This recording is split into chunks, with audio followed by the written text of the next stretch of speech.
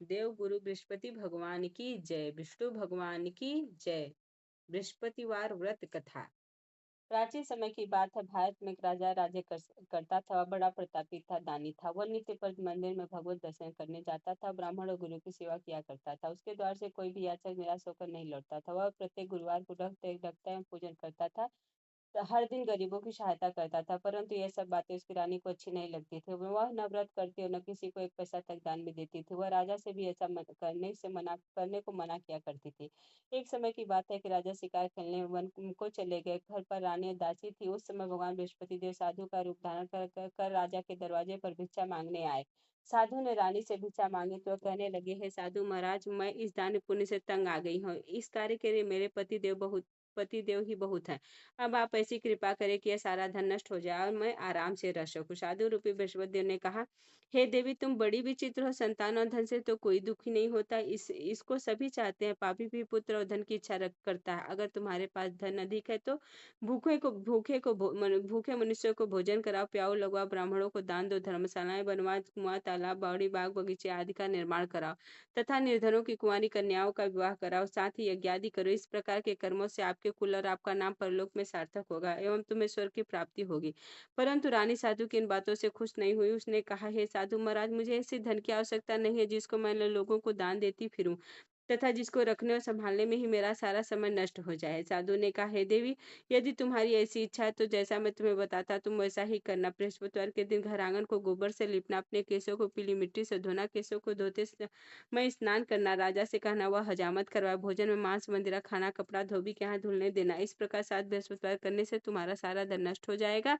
यह कहकर साधु महाराज रूपी बृहस्पतिदेव अंतर्ध्यान हो गए। रानी ने साधु के कहने के अनुसार 7 बृहस्पतिवार तक वैसा ही करने का विचार किया। साधु के बताए अनुसार कार्य करते हुए केवल 3 बृहस्पतिवार ही बीते थे। उसके समस्त धन संपत्ति नष्ट हो गई। भोजन के लिए दोनों समय परिवार तरसने लगा तथा सांसारिक भोगों से दुखी रहने लगा। तब राजा रानी से कहने लगा कि हे रानी, तुम यहाँ पर रहो, मैं दूसरे देश को जाता हूँ, क्योंकि यहाँ पर मुझे सभी मनुष्य जानते हैं, इसलिए मैं यहाँ पर कोई काम धंधा नहीं कर सकता। अब मैं प्रदेश जा रहा हूँ, वहाँ कोई काम धंधा करूंगा, शायद हमारे भाग्य बदल जाए। ऐसा कहकर राजा प्रदेश चला गया। वह वहां जंगल में लकड़ी काट कर लाता और शहर में बेचता। इस तरह जीवन व्यतीत करने लगा। इधर राजा के बिना रानी और दासियां दुखी रहने लगी। किसी दिन भोजन मिलता और किसी दिन जल पीकर रह जाती। एक समय रानी और दासियों को 7 दिन बिना भोजन के व्यतीत करने पड़े तो रानी ने अपनी दासी से कहा, हे दासी, यहाँ पासी के नगर में मेरी बहन रहती है और बड़ी धनवान है। तू उसके पास जा, वहां से 5 सेर बेजर मांग कर ले आ, जिससे कुछ समय के लिए गुजारा हो जाएगा। साथ ही के दासी रानी की बहन के पास गई। रानी की बहन उस समय पूजा कर रही थी। बृहस्पतिवार का दिन था। दासी ने रानी की बहन से कहा, हे रानी, मुझे आपकी बहन ने भेजा है, मुझे 5 सेर बेजर दे दो। दासी ने यह बात अनेक बार कही, परंतु रानी की बहन ने कोई उत्तर नहीं दिया, क्योंकि वह उस समय बृहस्पतिवार की व्रत कथा सुन रही थी।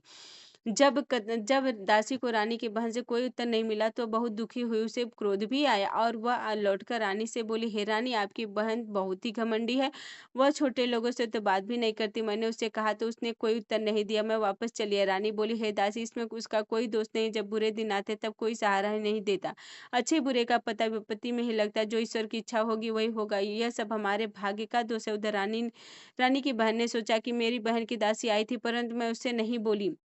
इससे वह बहुत दुखी हुई होगी। अतः कथा सुन और विष्णु भगवान का पूजन समाप्त कर वह अपनी बहन के घर आई और कहने लगी, हे बहन, मैं बृहस्पतिवार का व्रत कर रही थी। तुम्हारी दासी हमारे घर गई थी, परंतु जब तक कथा होती है तब तक न हम लोग उठते हैं न बोलते हैं, इसलिए मैं नहीं बोली।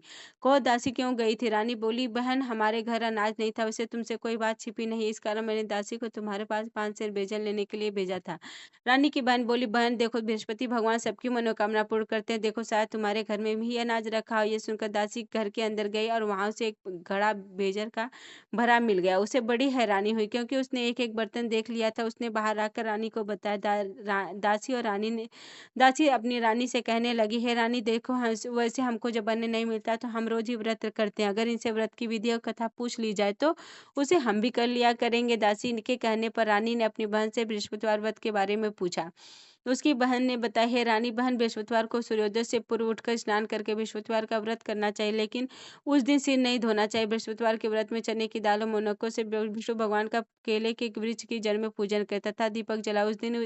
उस दिन एक ही समय भोजन करें। भोजन पीले खाद्य पदार्थ का करें तथा कथा सुने। इस प्रकार करने से भी गुरु भगवान प्रसन्न होते हैं, अन्य पुत्र धन देते हैं। इस तरह व्रत और पूजन की विधि बताकर रानी की बहन अपने घर लौट गई। रानी और दासी दोनों ने निश्चय किया कि वे बृहस्पति भगवान का पूजन जरूर करेंगे। 7 दिन बाद जब बृहस्पतिवार आया तो उन्होंने व्रत रखा, गुड़साल में जाकर चना गुड़ बीन लाई तथा उसकी दाल से केले की जड़ में विष्णु भगवान का पूजन किया। अब भोजन कहाँ से आए? दोनों बड़ी दुखी हुई, परंतु उन्होंने व्रत किया था, इस कारण बृहस्पति देव भगवान प्रसन्न थे। वे एक साधारण व्यक्ति के रूप में 2 थालों में सुंदर पीला भोजन लेकर आए। दासी को देकर बोले, हे दासी, यह भोजन तुम्हारे और तुम्हारी रानी के लिए है। तुम दोनों करना। दासी भोजन पाकर बड़ी प्रसन्न हुई और रानी से बोली, रानी जी भोजन कर लो। रानी को भोजन आने के बारे में कुछ भी पता नहीं था, इसलिए वो दासी से बोली, जा तू ही भोजन कर, क्योंकि तू हमारी व्यर्थ में हंसी उड़ाती है। दासी बोली, एक व्यक्ति अभी अभी अभी भोजन दे गया। रानी कहने लगी, वह भोजन तेरे लिए दे गया, तू ही भोजन कर। दासी ने कहा, वह व्यक्ति हम दोनों के लिए 2 थालों में भोजन दे गया है, इसलिए मैं और आप दोनों ही साथ साथ भोजन करेंगे। फिर दोनों ने गुरु भगवान को नमस्कार कर भोजन प्रारंभ किया। उसके बाद से वे प्रत्येक बृहस्पतिवार को गुरु भगवान का व्रत और पूजन करने लगी। बृहस्पति भगवान की कृपा से उनके पास धन हो गया, परंतु रानी फिर पहले की तरह आलस्य करने लगी। तब दासी बोली, देखो रानी, तुम पहले भी इसी प्रकार आलस्य करती थी, तुम्हें धन के रखने में कष्ट होता था, इस कारण सभी धन नष्ट हो गया। अब गुरु भगवान की कृपा से धन मिला है तो फिर तुम्हें आलस होता है। बड़ी मुसीबतों के बाद हमने यह धन पाया है, इसलिए हमें दान पुण्य करना चाहिए। तुम भूखे मनुष्यों को भोजन कराओ, प्याऊ लगवाओ, ब्राह्मणों को दान दो, कुआं तालाब बाड़ी आदि का निर्माण करा, मंदिर पाठशाला बनवाकर दान दो, कुंवारी कन्याओं को विवाह करा, धन को शुभ कार्यों में खर्च करो, जिससे तुम्हारे कुल का यश बढ़े और स्वर्ग प्राप्त हो और पितृ प्रसन्न हो। दासी की बात मानकर रानी ने इसी प्रकार के कर्म करने प्रारंभ किए, जिससे उनका काफी यश फैलने लगा। एक दिन रानी और दासी आपस में विचार करने लगी कि न जाने राजा किस दशा में होंगे, उनकी कोई खोज खबर नहीं है। गुरु भगवान से उन्होंने रात प्रार्थना की और भगवान ने रात्रि में राजा को स्वप्न में कहा, हे राजा, उठ, तेरी रानी तुझको याद करती है, अब अपने देश को लौट जा। राजा प्रातः काल उठकर जंगल से लकड़ियां काट कर लाने के लिए जंगल की ओर चल पड़ा। जंगल से गुजरते हुए वह सोचने लगा, रानी की गलती से कितने दुख भोगने पड़े, राजपाट छोड़कर उसे जंगल में आकर रहना पड़ा। जंगल में लकड़ियां काटकर उन्हें बेचकर गुजारा करना पड़ा। इसी उसी समय उस जंगल में बृहस्पति एक साधु का रूप धारण कर आए और राजा के पास आकर बोले, हे लकड़हारे, तुम इस सुनसान जंगल में किस चिंता में बैठे हो, मुझे बतलाइए। सुन राजा के नेत्रों में जल भर आया और साधु की वंदना कर बोला, हे प्रभु, आप सब कुछ जानने वाले हैं। इतना कहकर राजा ने साधु को अपनी संपूर्ण कहानी सुना दी। महात्मा तो स्वभाव से ही दयालु होते हुए राजा से बोले, हे राजा, तुम्हारी पत्नी ने बृहस्पति जी के प्रति अपराध किया था, जिसके कारण तुम्हारी यह दशा हुई। अब तुम किसी प्रकार की चिंता मत करो, भगवान तुम्हें पहले से अधिक धन देंगे। तुम्हें देखो, तुम्हारी पत्नी ने बृहस्पतिवार का व्रत करना प्रारंभ कर दिया है। अब तुम भी बृहस्पतिवार का व्रत करके चने की दाल और गुड़ चने की दाल व गुड़ और जल को लोटे में डालकर केले के पत्ते से भगवान विष्णु का पूजन करो, फिर कथा कहो या सुनो, भगवान तुम्हारी सब मनोकामनाओं को पूर्ण करेंगे। साधु को प्रसन्न देखकर राजा बोला, हे प्रभु, मुझे लकड़ी बेचकर इतना पैसा नहीं बचता जिससे भोजन करने के उपरांत कुछ बचा सकूं। मैंने रात्रि में अपनी रानी को व्याकुल देखा है, मेरे पास कोई साधन नहीं जिससे समाचार जान सकूं, फिर मैं बृहस्पतिवार की कौन सी कहानी कहूँ या सुनूं, मुझको कुछ भी मालूम नहीं है। साधु ने कहा, हे राजा, तुम किसी बात की चिंता मत करो, बृहस्पतिवार के दिन तुम रोजाना की तरह लकड़ियां लेकर शहर में जाओ, तुम्हें रोज से दुगना धन प्राप्त होगा, जिससे तुम भलीभांति भोजन कर लोगे तथा बृहस्पतिवार की पूजा का सामान भी आ जाएगा। बृहस्पति देव की कथा इस प्रकार है। बृहस्पति देव की कथा। प्राचीन काल में एक बहुत ही निर्धन ब्राह्मण था, उसके कोई भी संतान नहीं थी। वो नित्य पूजा पाठ किया करता था, परंतु उसकी स्त्री बहुत मलिनता के साथ रहती थी। वह न स्नान करती, न किसी देवता का पूजन करती, प्रातः काल उठते ही सर्वप्रथम भोजन करती, बाद में कोई अन्य कार्य करती। ब्राह्मण देवता बहुत दुखी रहते थे, एक पत्नी को बहुत समझाते, किंतु उसका कोई परिणाम न निकलता। भगवान की अनुकंपा से एक समय वह उस ब्राह्मण की पत्नी गर्भवती और 10वें महीने एक सुंदर कन्या को जन्म दिया। निर्धन ब्राह्मण कन्या के जन्म से बहुत दुखी हुआ। धीरे धीरे ब्राह्मण की कन्या बड़ी होने लगी। बचपन से उस कन्या की रुचि भगवान विष्णु की पूजा में थी। प्रातः काल उठते ही स्नान आदि करके भगवान विष्णु की पूजा करने मंदिर में जाती। बृहस्पतिवार को व्रत करके विधिवत पूजा पाठ करती। पूजा पाठ के बाद वह पढ़ने के लिए पाठशाला में जाती जाती थी। घर से चलते हुए मुट्ठी भर जौ साथ लेकर जाती और पाठशाला के रास्ते में थोड़े थोड़े जौ गिराती जाती थी। जब वह पाठशाला से घर लौटती तो जौ के वह दाने सोने में बदले हुए मिलते थे। लड़की भी सोने के दाने बीन लाती थी। एक दिन जब वो सोने के दानों को साफ कर रही थी तो उसकी माँ ने कहा, बेटी, सोने के दानों को साफ करने के लिए सोने का सूप भी होना चाहिए। अगले दिन बृहस्पतिवार था। उसने भगवान बृहस्पति देव जी की पूजा करते प्रार्थना की, है भगवान, यदि मैंने आपका व्रत विधिवत किया हो तो मुझे सोने का सूप दे दो। भगवान बृहस्पति देव ने उसकी मनोकामना पूरी करने का वचन दिया। पाठशाला से लौटते समय उसे रास्ते में सोने का सूप पड़ा हुआ मिला। वह घर लौटकर सोने का सूप अपनी माँ को दिखाकर वह सोने के दाने साफ करने लगी। उसी समय उस नगर का राजकुमार उसके घर के पास से गुजरा। उस सुंदर लड़की को सोने के सूप में जो साफ करते देख राजकुमार उस पर मोहित हो गया।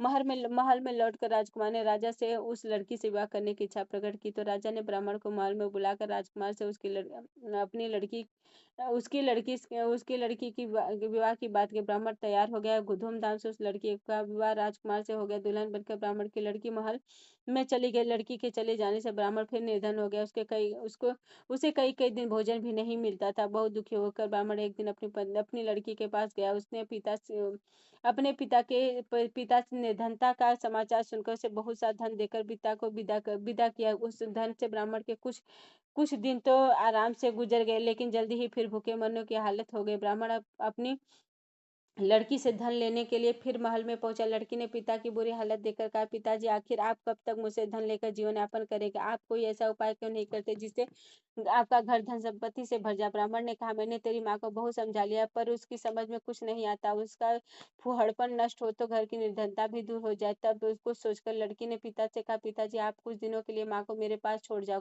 तब कुछ सोचकर ब्राह्मण पत्नी को लड़की के पास महल में छोड़ आया।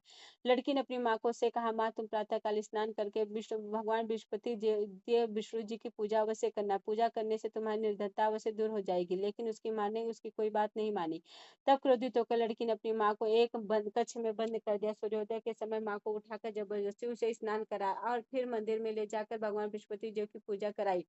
कुछ दिनों तक ऐसा करने से माँ की बुद्धि में परिवर्तन हुआ और वह स्वयं बृहस्पतिवार का व्रत रखने लगी। उसके व्रत रखने से ब्राह्मण के घर में भगवान विष्णु की अनुकंपा से धन की वर्षा होने लगी। दोनों पति पत्नी धन संपत्ति पाकर आनंद पूर्वक जीवन यापन करते हुए विष्णु धाम को चले गए। लकड़हारा बने राजा ने उस साधु से उससे भगवान बृहस्पति देव जी की यह कथा सुनकर बृहस्पतिवार का व्रत करके भगवान विष्णु की पूजा की। उस दिन से उसके सभी क्लेश दूर हो गए। लेकिन अगले बृहस्पतिवार को काम काज में अधिक व्यस्त रहने के कारण उसने भगवान बृहस्पति देव जी का व्रत नहीं किया। भगवान बृहस्पति देव जी लकड़हारे से क्रोधित हो गया और उसने उसे भूल की सजा दी। उस दिन नगर के राजा ने नगर में घोषणा करके सबको सूचित किया कि प्रत्येक नागरिक मेरे महल में भोजन करने आए। जो नहीं आएगा उसे अपराधी मानकर भारी दंड दिया जाएगा। लकड़हारा बने राजा ने उस नगर के राजा की घोषणा तो सुनी, लेकिन जंगल से लकड़ी काट कर लाने और उन्हें बेचने में देर हो जाने के कारण वह समय पर महल में भोजन करने नहीं जा सका। अतः राजा के सैनिक लकड़हारे को पकड़कर महल में ले गए। राजा ने उसे महल के कक्ष में बैठाकर भोजन कराया। उस कक्ष में एक खूंटी पर रानी का सोने का हार लटका हुआ था। लकड़हारा अकेला उस कक्ष में भोजन कर रहा था। तभी उसने एक आश्चर्यजनक घटना घटित देखी। देखते ही देखते वह खूंटी हार को निकल गई। थोड़ी देर के बाद राजा ने हार को गायब देखा तो लकड़हारे को कारावास में डलवा दिया। लकड़हारा मन ही मन अपने भाग्य को कोसने लगा। तभी उसे जंगल में मिले साधु का स्मरण हो आया। थोड़ी देर के बाद बृहस्पतिदेव सन्यासी के रूप में उसके सामने प्रकट हुए और कहा, हे लकड़हारे, तूने भगवान बृहस्पति देव जी की पूजा नहीं की थी, इसी कारण तुम्हें कष्ट हुआ है। लेकिन अब चिंता मत करो, बृहस्पतिवार के दिन कारागार के दरवाजे पर तुम्हें कुछ पैसे पड़े हुए मिलेंगे। उन पैसों से भगवान बृहस्पति देव जी का व्रत करके उनकी पूजा करोगे तो तुम्हारे सब दुख नष्ट हो जाएंगे। बृहस्पतिवार के दिन दरवाजे पर पड़े मिले पैसों से चने और गुड़ मंगा कर लकड़हारे ने बृहस्पतिवार की कथा कही तो भगवान बृहस्पति देव जी ने प्रसन्न होकर उस नगर के राजा को स्वप्न में लकड़हारे को कारागार से मुक्त करने को कहा। सुबह राजा ने अपने कक्ष में आकर देखा तो खूंटी पर रानी का हार टंगा हुआ था। राजा ने लकड़हारे को मुक्त कर दिया और उसे बहुत सा धन आभूषण देकर विदा किया। लकड़हारा बना राजा उस नगर से चलकर अपने नगर में पहुंचा तो उस नगर में कुएं, धर्मशाला, बाग बगीचे देखकर बहुत प्रसन्न हुआ। राजा ने किसी से पूछा, ये कुएं, धर्मशाला किसने बनवाई? तब उस सबने उसे बताया कि ये सब रानी और उसकी दासी ने बनवाया है। राजा महल में पहुंचा तो रानी ने उसका भव्य स्वागत किया। तब राजा ने निश्चय किया कि सप्ताह में एक बार तो सभी बृहस्पति देव जी का व्रत पूजन करते हैं, परंतु मैं प्रतिदिन व्रत किया करूंगा, हर दिन करूंगा तथा दिन में 3 बार कथा कहा करूंगा। अब राजा हर समय दुशाले में चने की दाल बांधे रहता था। दिन में 3 बार बृहस्पति देव जी की कथा कुछ दिनों के बाद राजा को अपनी बहन की याद आई। एक दिन घोड़े पर सवार होकर राजा अपनी बहन से मिलने चल दिया। अभी राजा नगर के बाहर पहुंचा ही था कि उसने कुछ लोगों को एक शव को ले जाते हुए देखा। राजा को स्मरण हुआ है कि आज उसने किसी को बृहस्पतिवार की व्रत कथा नहीं सुनाई। राजा ने उन लोगों को बुलाकर कहा, भाइयों, आप सब को ले जाने से पहले मुझे बृहस्पतिवार की कथा सुन ले। लोगों ने राजा पर क्रोधित होते हुए कहा, तुम पागल तो नहीं है? लेकिन कुछ बड़े बूढ़े लोगों ने कहा, अच्छा भाई, साथ में चलते चलते तुम अपनी कथा भी सुना लो। राजा ने चलते हुए आधी आधी कथा सुनाई ही थी कि सब हिलने लग गया। राजा ने के पूरी कथा सुनाते ही सब उठकर बैठ गए। लोगों ने हैरानी से दांतों तले उंगली दबाई और अगले बृहस्पतिवार से भगवान विष्णुपति देव का व्रत करने तथा कथा सुनने का निश्चय किया। आप घोड़े पर सवार राजा चलते हुए एक किसान के पास पहुंचा। किसान अपने खेत में हल चला रहा था।